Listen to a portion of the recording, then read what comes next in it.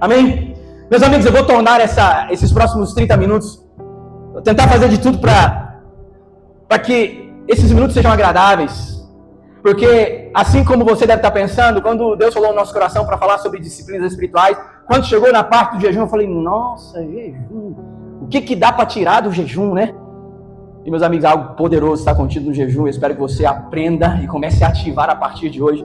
Então, talvez a pergunta mais importante para a gente fazer já de início, a título de introdução, não é, embora nós fizemos isso na semana passada, não é por que eu devo jejuar, ou quais são os impactos espirituais contidos no jejum. Nós vamos falar sobre isso. Mas para começar, a pergunta mais importante que a gente deve fazer é, de certa forma, por que a ausência de alimento carrega um efeito espiritualmente misterioso?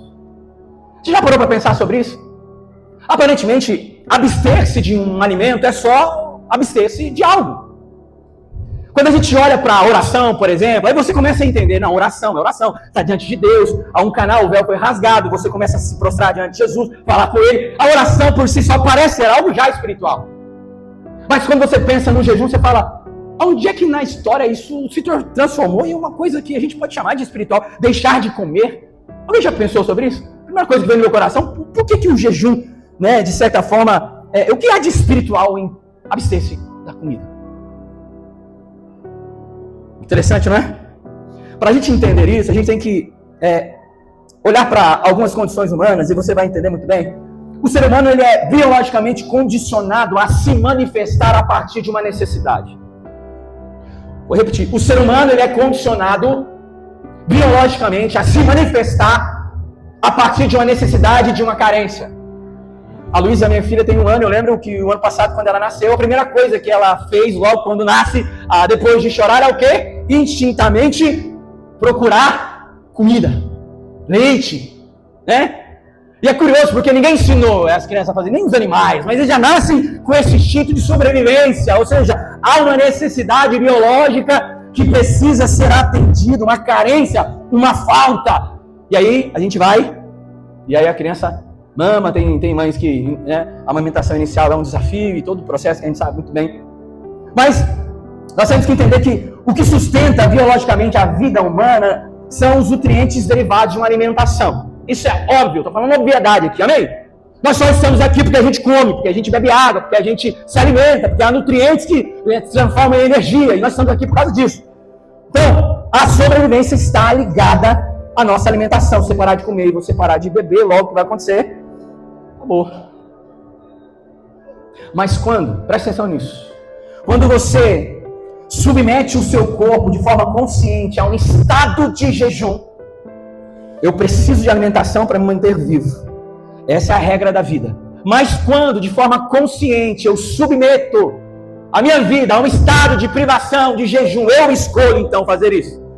Nós estamos declarando que existe algo mais importante e excelente do que o alimento como sustentador da vida.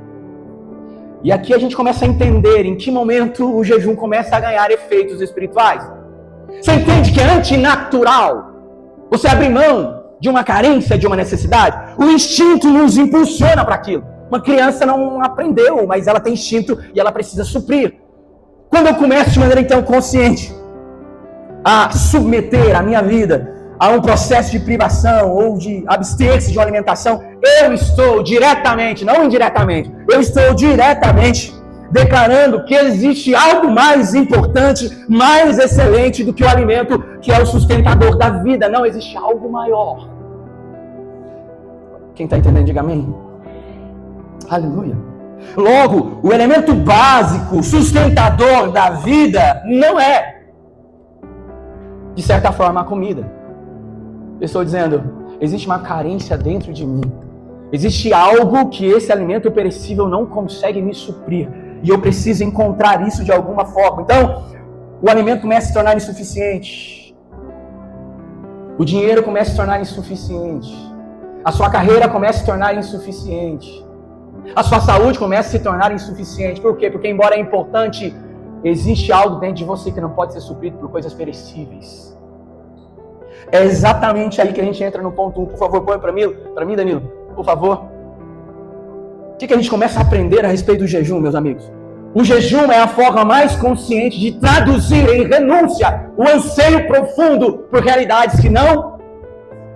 Existe algo mais importante que a necessidade básica de sobrevivência. É isso que nós estamos declarando, é um protesto a respeito da vida natural. E nós estamos dizendo, nós queremos algo mais excelente e mais elevado. A minha alma anseia por isso. O meu espírito está desejando algo que esse mundo natural não pode me sustentar. Aleluia. E aí, respondendo à pergunta, por que o jejum se torna algo espiritual? O que torna o jejum um elemento espiritual é a entrega consciente e voluntária na tentativa de satisfazer uma necessidade da alma e do espírito. Uma disciplina de privação é transformada em um elemento espiritual. Vou repetir. Uma disciplina de privação, de abstenção, começa a ser transformado em um elemento espiritual. Aleluia. Aleluia, Jesus. E aí, alguns acessos começam a fluir na sua vida. Deixa Jesus ministrar no teu coração e falar para você. É por isso que, num ambiente de fé, ações que parecem ser naturais começam a ganhar status de coisas sobrenaturais, espirituais e poderosas. Porque ela começa a ganhar um significado que vai além de uma atitude simples. Exemplo, você acabou de participar do momento de dízimo de ofertas. Se esse momento estivesse sendo feito em um lugar que não fosse um ambiente espiritual, era apenas alguém doando dinheiro. Mas quando você está no ambiente de fé, um ambiente espiritual, aquilo que você faz de maneira natural, dentro do ambiente profético, começa a se tornar leis. Não é apenas uma oferta que eu dou. Mesmo que Jesus diz que o reino dele é um reino que não é deste mundo. Ele está falando de uma outra ordem, de uma outra dimensão. Tudo aquilo que eu pego de maneira natural e invisto em algo espiritual ganha status de poder e glória. Quando você está aqui neste lugar e você começa a levantar a sua voz em oração, clamando a Deus, não são apenas palavras, são clamores que invadem o céu e sobem com um aroma suave diante do Criador. São ferramentas que podem ser ferramentas aparentemente naturais, mas dentro de um ambiente de fé, dentro de um ambiente profético, não há uma ação que você faça que não tenha peso eterno, que não tenha significado eterno. O jejum, portanto, ele é esse elemento de privação e, sobretudo, é um elemento de contemplação, onde a minha alma está clamando por algo que só as coisas espirituais podem me satisfazer. É por isso que uma simples privação de alimento tem um poder gigantesco de fazer coisas que os nossos olhos naturais jamais poderiam acreditar. Quem crê nisso, diga amém. Quem vai sair daqui e vai jejuar essa semana, diga eu.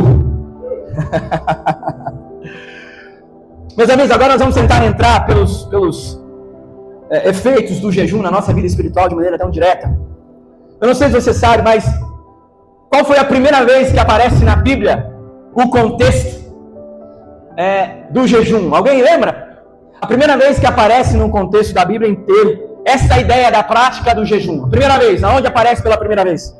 Se você não sabe, a título de curiosidade, Êxodo capítulo 34, versículo 28.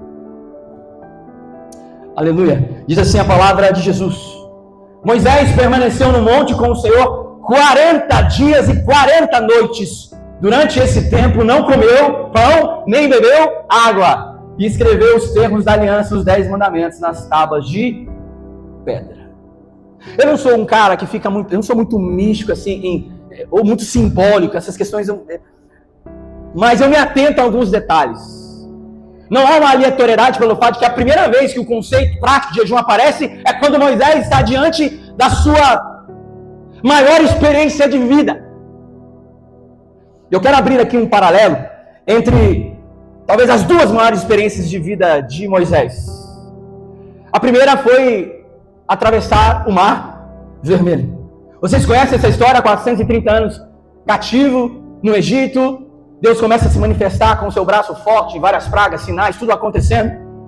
O poder externo de Deus começa a ser visto. E aí eles estão diante, então, de uma sinuca de bico. Estão postos diante da parede. A Bíblia diz que não tinha mais para onde ir. O único caminho possível era o mar. E aí, então, Moisés entra, né, ali nessa agonia e ele começa a falar com Deus. E Deus olha para ele e diz: Moisés, por que você está clamando? Por que você está clamando? Diga ao povo que marche. Ele então recebe essa ordem, coloca o seu cajado sobre o mar, e você conhece a história mais do que eu.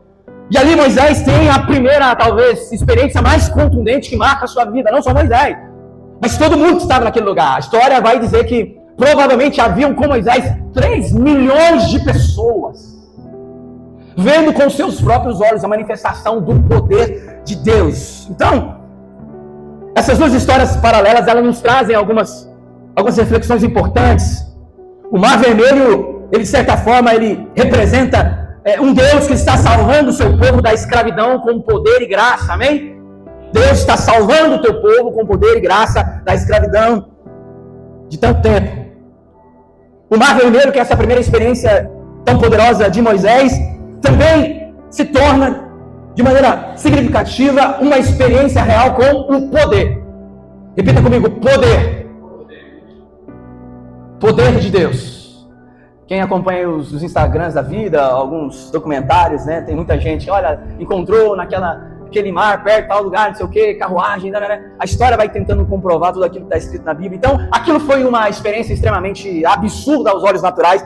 E eles, diante do Mar Vermelho, tiveram uma experiência de salvação, de graça, uma experiência de poder de Deus. E o Mar Vermelho também representa uma experiência coletiva. Foi uma experiência de todos e para todos. Imagina se nós estivéssemos aqui e algo poderoso acontecesse e todo mundo, sem exceção, participaram, viram com seus próprios olhos aquilo que Deus havia acabado de fazer. O Mar Vermelho é essa experiência.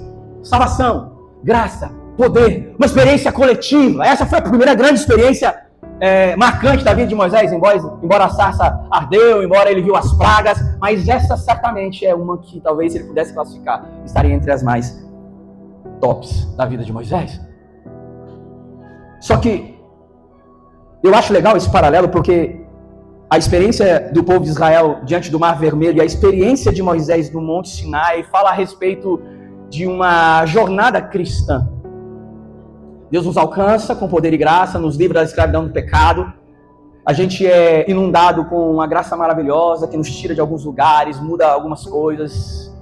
Todo mundo passa por isso. Você que está aqui, provavelmente, se aceitou Jesus, já passou por essa experiência. O problema é que muitas pessoas ficam apenas no Mar Vermelho. Eles até viram com seus próprios olhos o poder avassalador de um Deus incomparável. A Bíblia diz que desde a antiguidade não se viu e não se viu um Deus além de ti que trabalha para aqueles que dele esperam. Deus tem prazer no bem-estar dos seus filhos. Ele age de maneira abundante e poderosa. Isso é um fato, meus amigos. Ele já fez na sua vida, amém? Ele já fez na sua vida, ele já fez na minha vida. Só que é um perigo muito grande, porque a história não acaba aí. Muita gente acaba, ou seja, encerra a sua história com Deus apenas nessas experiências. Só que a primeira vez que aparece a palavra jejum na Bíblia fala de uma outra experiência muito mais poderosa do que a experiência do Mar Vermelho. A Bíblia diz, então, que Deus chama Moisés para uma experiência ainda mais elevada, ou seja, Deus chama Moisés a subir o monte.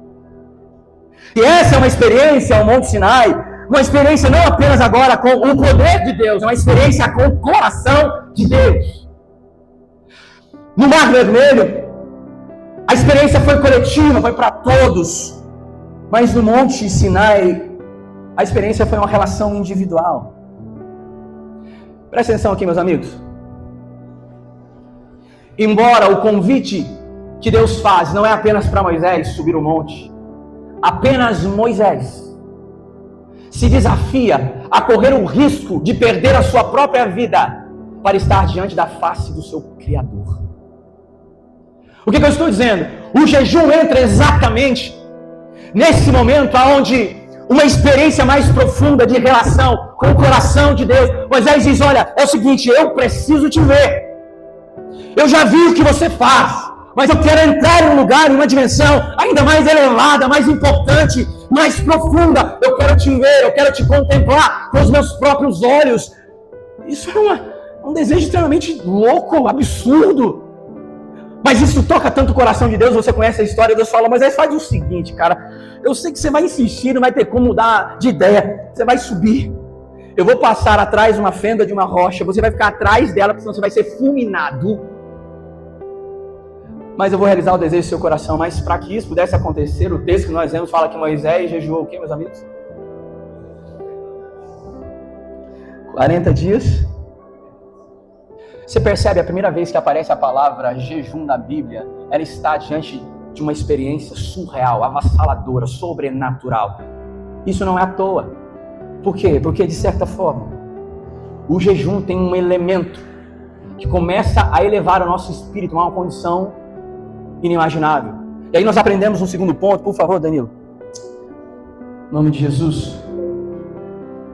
O que nós aprendemos com essa história? Deus nos chama não apenas para atravessar mares, mas para subir montanhas. Posso ouvir um glória a Deus por isso? Eu não sei se você entendeu o que o Espírito está falando para você. Eu sei, eu te trouxe aqui. Você está aqui, você já teve algumas experiências com o meu poder. Mas a partir de hoje, você vai entrar em uma dimensão ainda que você não conhece. Uma dimensão que os seus olhos não viram. Uma dimensão que o seu coração deseja, a sua alma anseia. Uma saudade do eterno, uma saudade do paraíso, uma saudade da presença, um lugar que eu te chamei para estar para todo sempre. Só que eu não posso entrar num novo nível de qualquer forma.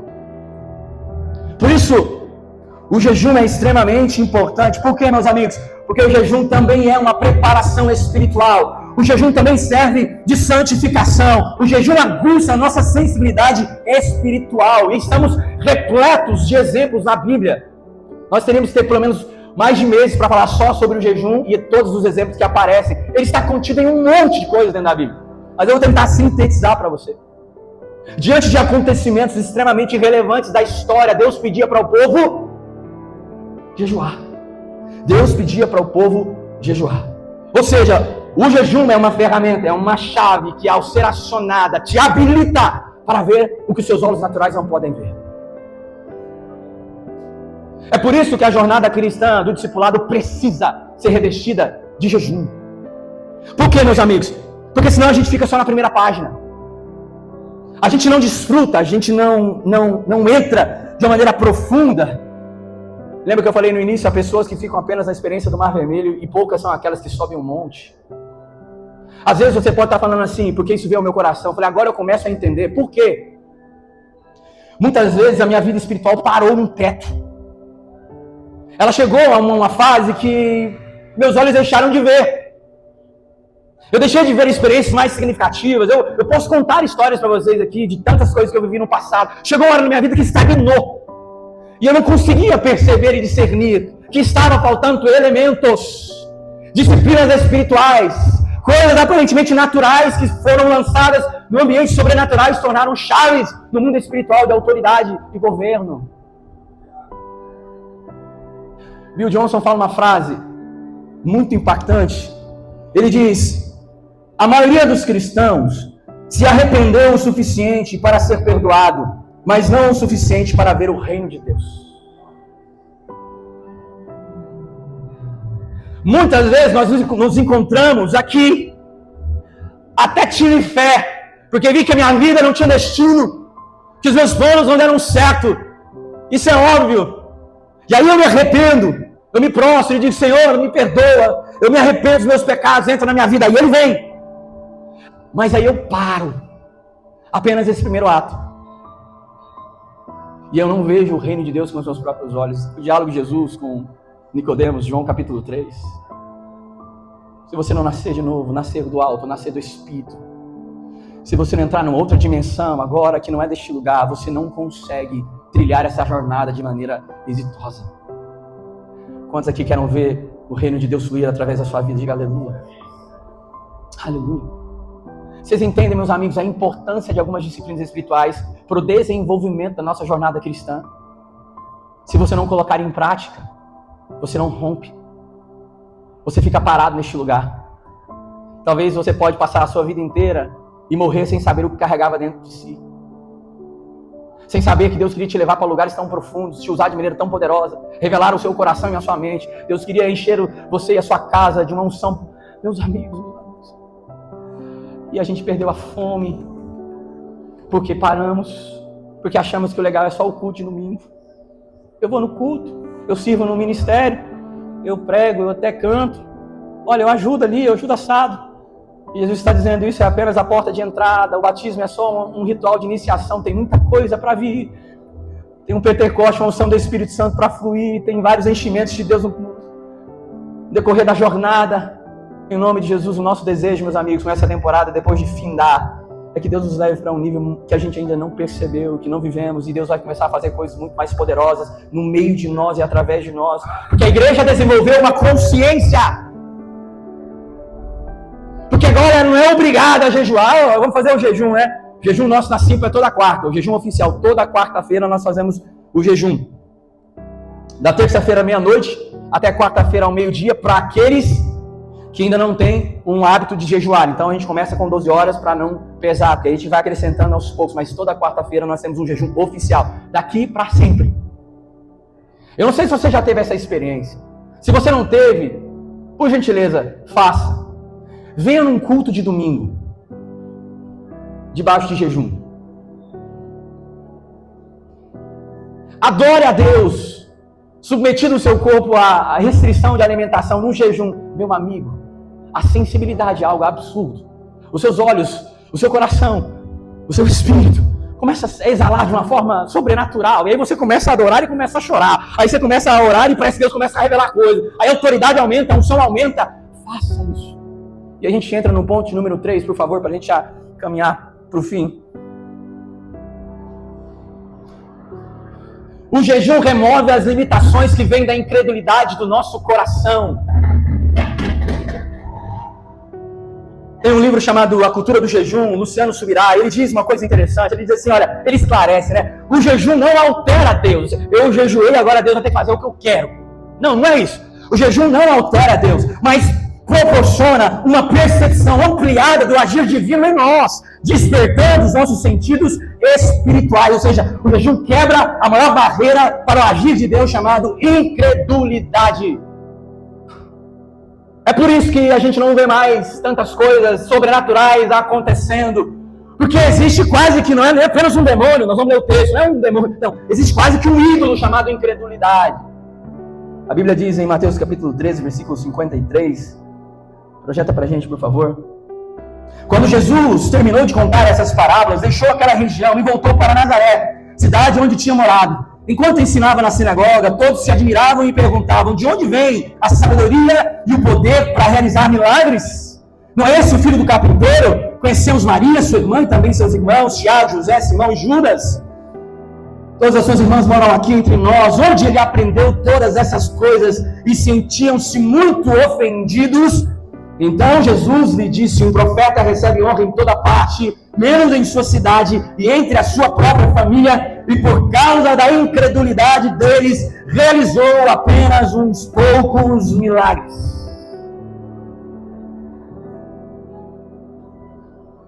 A grande barreira do fluir de Deus chama-se incredulidade.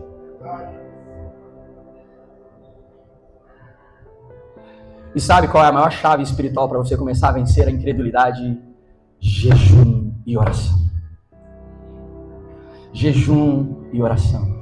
Eu vou ler um texto extremamente conhecido por todos nós, inclusive já preguei sobre esse assunto há alguns meses atrás aqui na igreja. Mateus 17, versículo 19 a 21. Mateus 17, 19. Mais tarde os discípulos perguntaram a Jesus em particular, por que não conseguimos expulsar aquele demônio? Vou contextualizar. Os discípulos haviam sido ordenados a pregar o evangelho, a anunciar o evangelho, eles fizeram muitas coisas, curaram enfermos, expulsaram demônios e tudo que você pode pensar, eles viveram essa experiência. Mas diz o texto que um menino especificamente estava possuído por um demônio. E esse demônio, os discípulos não conseguiam expulsar. Exatamente esse. Eles não conseguiram expulsar. E aí trazem então esse menino possesso aos pés de Jesus, e a primeira exclamação que Jesus faz é: ó geração incrédula, até quando estarei com vocês? Até quando vou ter que suportá-los ou dar suporte a vocês? E aí o menino vem, ele conversa com o pai, e o pai explica a situação que o demônio fazia com ele desde a sua infância. E aí o pai da criança diz assim: Senhor, se tu podes fazer algo por ele. Aí Jesus vem e diz: se tu podes, tudo é possível àquele que crê. Acho que só o Valmir entendeu. Tudo é possível àquele que crê. Sabe qual foi a primeira resposta do pai? Senhor, ajuda-me na minha incredulidade. Jesus expulsa o demônio daquela criança. E aí então nós chegamos no texto. Volta um pouquinho, Danilo, no versículo. Perguntaram a Jesus em particular: por que não conseguimos expulsar aquele demônio? Porque a sua fé é muito pequena. Respondeu Jesus: eu lhes digo a verdade, se tivessem, meus amigos, prestem atenção nisso, por favor. Se tivessem fé, ainda que do tamanho de uma semente de mostarda, poderiam dizer a este monte: mova-se daqui para lá, e ele se moveria. Nada seria impossível para vocês. Continua, por favor. Mas essa espécie não sai senão com jejum. Vocês entenderam, meus amigos? Embora essa espécie não é, mas ele não está falando que essa espécie ela é a incredulidade. Se você for ver no contexto inteiro, em outros textos, essa espécie ainda fala sobre demônio. Mas o texto inteiro, ele está falando, é a sua incredulidade que impede o mover de Deus na sua vida. Não é ninguém, a não ser o seu coração incrédulo, carnal, natural. Jesus está ensinando uma chave poderosa. O agir de Deus, a nossa vida depende de um coração que se rende, que tem sensibilidade, que através do jejum, ele começa agora a ser elevado para um estado de fé, aonde nada se tornaria impossível. Posso ouvir um amém por isso? Aleluia, aleluia, aleluia. Por isso, meus amigos, o jejum está extremamente associado com o aperfeiçoamento da fé. Vocês entenderam? Extremamente associado. Então a gente aprende que existem níveis de experiências espirituais que só podem ser vivenciadas a partir de uma cultura estabelecida de jejum e oração. Por quê? Porque certas batalhas exigem intimidade e preparo espiritual.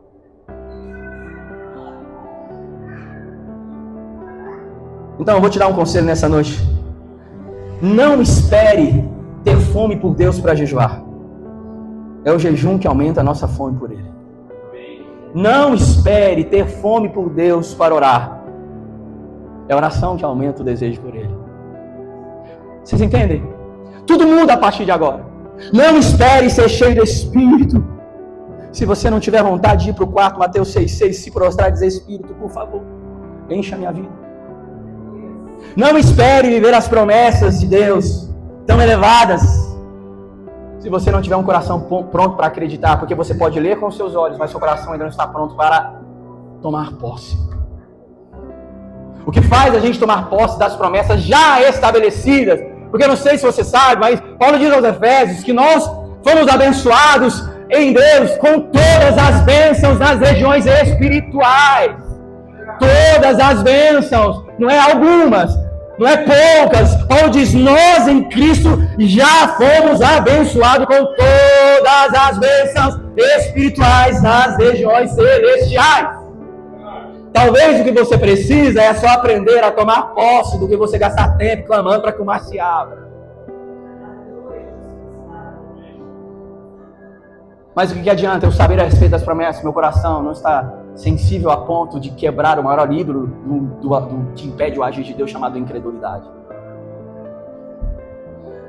Meus amigos, eu não quero prolongar, mas eu gostaria muito que o Espírito falasse ao coração de vocês. Existe uma igreja que alguns estudiosos dizem que essa igreja dos últimos dias vai escandalizar e chocar o seu tempo Por quê? Porque ela entendeu. Ela começa a viver de uma maneira tão madura as promessas de Deus. Ela começa a se relacionar de um jeito mediado pelo Evangelho e pelas Escrituras, que o seu coração começa a ser transformado, que os seus desejos e afeições começam a ser devolvidos para o lugar que foram chamados para ser. E aí ela começa a fluir com poder, unção, graça, autoridade. Porque tudo isso já nos foi dado. Jesus nos otorgou autoridade, poder e unção. Aleluia. Quem está entendendo, diga aleluia. Aleluia. Aleluia. Eu não sei se alguém aqui vai assumir o desafio de vir para o culto que vem em jejum. Aleluia. Mas chegou o dia de uma virada de chave na nossa vida espiritual. Chega, meus amigos. Nós estamos usando ferramentas de um tempo que já não é esse. Nós estamos, às vezes, vivendo em uma estação que não mais nos representa. Chegou a hora, de uma vez por todas, eu sempre digo isso porque eu oro em relação a isso. E, ao invés de você ficar chorando, magoado porque alguém te feriu, começa a jejuar a respeito disso e fala: Jesus, coloque um coração sensível para que eu perdoe aquele irmão. Ao invés de você ficar lamentando porque talvez você não é talvez o marido, talvez não é um empresário, cara, comece a colocar diante do Senhor, em jejum e em oração, aquilo que Deus já tem para o seu negócio, já tem para a sua família, já tem para a sua saúde. Você entende? É diferente. É totalmente diferente. Agora, não adianta a gente fazer algo para Deus, esperando receber dele alguma coisa, se o nosso coração ainda é dominado pela incredulidade. Eu espero no nome de Jesus que a partir de hoje você comece a estabelecer não só a oração, a vigilância, mas também o jejum como um hábito semanal na sua vida. E eu te garanto, não é promessa de coach não, eu te garanto que a sua vida espiritual, que a sua vida física, que os seus projetos, tudo começa a mudar e a fluir de maneira espetacularmente espiritual. Seu coração, pecados que você não consegue vencer, coloque ele debaixo do jejum de oração e peça: Espírito, subjugue a minha carne aqui. Subjugue esse pecado aqui. Comece a clamar para essa nova vida. Comece a clamar e você vai ver. Sabe aquelas questões que você tem lá no seu trabalho que parece que não rende, aí você fala: meu Deus do céu, é o cenário, é a política, é não sei do que, meus amigos. Vou dizer algo para você. Não é um novo presidente que vai mudar a história do Brasil. O que muda a história do Brasil é a igreja convicta do seu chamado, que anuncia o evangelho para toda criatura. É o poder do Espírito. Você já viveu aí algumas experiências de desapontamento na política aí, talvez alguns anos passados, onde a igreja inteira eu vi uma expectativa absurda num candidato e tal, aí não aconteceu, aí meu Deus, todo mundo, eu fui pra rua, eu fui na frente do exército, quem não foi, né, meu amigo? Aí ficou todo mundo desapontado. Por quê? Porque a gente não percebeu que o que realmente traz transformação, o que realmente traz mudança, o que realmente é algo poderoso, não vem de uma estrutura humana. Se a sua fé estiver nele, seu coração pronto, nada será impossível. E aqui não é culto de vitória, não. Não é culto de vitória. É Bíblia dizendo: prepare o seu coração, submeta às disciplinas espirituais, que não tem algo na face da terra que não possa ruir diante do poder de Deus. Eu queria orar por você nessa hora. Eu queria te convidar a não mais atravessar mares, mas a começar a subir montes. Em nome de Jesus. Nós não devemos temer um exército inteiro, mas o que nós realmente devemos temer é um homem cheio da unção e da presença do Espírito. Uma mulher cheia da unção e a presença do Espírito. Não precisamos de muita gente, não precisamos de um exército, não precisamos de política, não precisamos de grandes nomes, nós precisamos de um homem e de uma mulher cheia do Espírito de Deus. É isso que o mundo precisa, é isso que a sua família precisa, é isso que o seu trabalho precisa. É só alguém que entendeu aquilo que carrega. Quantos carregam algo poderoso em Jesus? Aleluia. Aleluia. Eu quero orar por você e eu gostaria que você... Eu quero te desafiar. Eu gostaria que você colocasse agora no seu pensamento algo que está sendo muito difícil. Você fala assim: Vitor, essa oração aqui é para Deus abrir uma porta no trabalho. Mas a porta do trabalho não está tão difícil. Eu só quero pessoas que têm algo extremamente difíceis, quase que impossíveis. Seja físico, espiritual, seja na saúde, finanças. eu gostaria de orar por algumas pessoas que estão passando por situações, ou já estão no processo de desapontamento. Por quê? Porque se contentaram. Aprendi a viver sem, ou aprendi a lidar com. Não, meus amigos, Deus ainda faz milagre, é poderoso. Você crê nisso? Aleluia, aleluia. E nós falamos aqui na quinta ativa, nós vamos começar como igreja, começar a orar por cura. Vamos começar a orar por cura. Eu vou falar uma coisa para você. Você pode vir aqui hoje e Deus pode te curar e você sai daqui curado. Se Ele não te curar hoje, semana que vem nós vamos orar de novo. E se Ele não curar, nós vamos orar até que isso aconteça. Até que o nosso coração esteja sensível. Até que o ídolo chamado incredulidade carnal caia por terra. E a gente viva o fluir do Espírito de Deus. Você crê nisso? Você crê nos dons do Espírito, poder, milagres? Você crê nisso? Então nós vamos colocar como igreja em condição para que isso aconteça. Porque não é possível que Deus perdeu. Deus não faz mais. Eu vejo por aí, é só você entrar na internet. Deus está manifestando milagres por todos os lugares. Existe alguma coisa que a gente ainda não entendeu, experimentou ou desenvolveu. Porque, meus amigos, igreja é só para falar o que você já sabe. Não, a gente quer experiência de poder e graça e de unção. Nós precisamos. Por quê? Porque Paulo mesmo diz, Jesus diz, vocês erram porque não conhecem as Escrituras e nem o poder de Deus. O Evangelho é o poder de Deus para a salvação de todo aquele que nele crê. Aleluia, aleluia. Nós vamos nos colocar neste lugar de dependência do Espírito. Nós vamos começar a elevar a nossa condição espiritual para um nível que a gente ainda nunca viveu. Se necessário, vamos fazer vários jejuns. Se necessário, vamos orar abundantemente até que isso aconteça diante dos nossos olhos. Porque eu não quero mais anunciar alguém que eu não conheço. Algo que eu não peguei com as minhas próprias mãos. Algo que os meus olhos não contemplaram. Chegou a hora de a gente ir para um novo nível no nome de Jesus. Eu quero que você entenda isso. Aleluia.